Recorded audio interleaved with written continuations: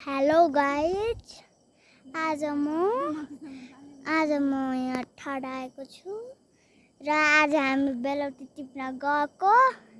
अहिले यसरी थाकेर सबैजना बस्नु भएको छ।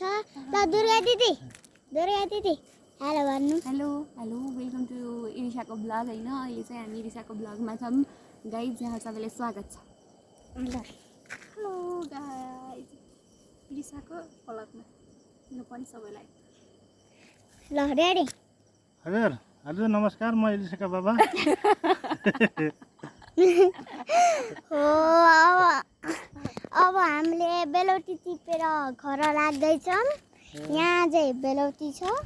बेलौटी भने फेरि के हो? बेलौटी भनेको अम्बा। यी साथीहरू यो बेलौटी हाम्रो गाउँले भाषामा बेलौटी भन्छ। हामीले गाउँमा बेलौटी भन्छ, यहाँ बेलौटी भन्छन् सबैले। इङ्ग्लिसमा चाहिँ गोबा भन्छन्, अम्बा त्यही हो। अनि साथीहरू यहाँ यो चाहिँ धेरै सुन्दरताको गाउँ हो।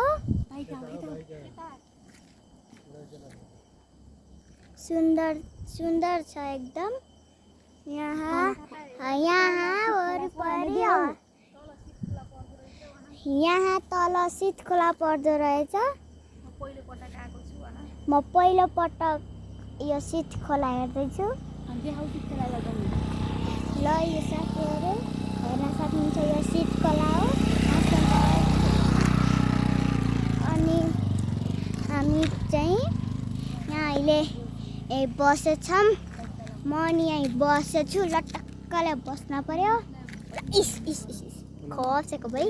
शीत खोला हेर्नुहुन्छ, शीत खोला चाहिँ एकदम राम्रो हो। टुरिस्टहरू नि यहाँ घुम्न आउँछन् भन्ने सुनेको थिएँ मैले।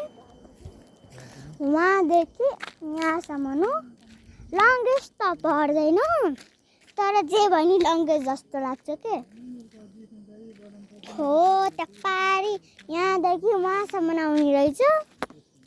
हामी अहिले चाहिँ यहाँ तिनजना भएर के गर्दै म यहाँ लुख्रु हिँड्दै। हामीले यहाँ आएका छौँ र अनि यहाँ बस्दैछौँ। यिनीहरू दक्छु, यिनी हुन्। यिनी दक्छु। यो चाहिँ मसलाको बुटो हो भनेर देखाइदियो। यो चाहिँ मसलाको बुटो हो। यसको चाहिँ काठ प्रयोग हुन्छ भने यसको चाहिँ काठ प्रयोग हुन्छ हो। यो भने अम्बा हो, यो केराको बारी हो। अनि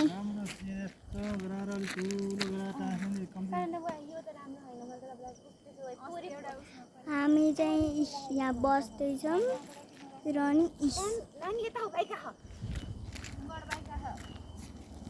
अनि अहिले चाहिँ हामी यसरी गर्दैछौँ।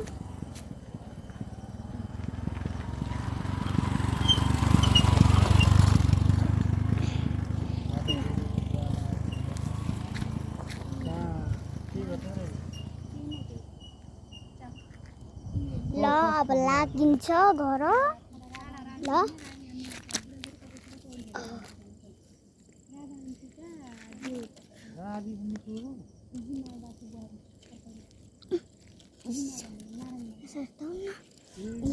ल सकेर एकछिन त म बसेको छैन, यहाँ भ्लग बनाएको बनाइछु।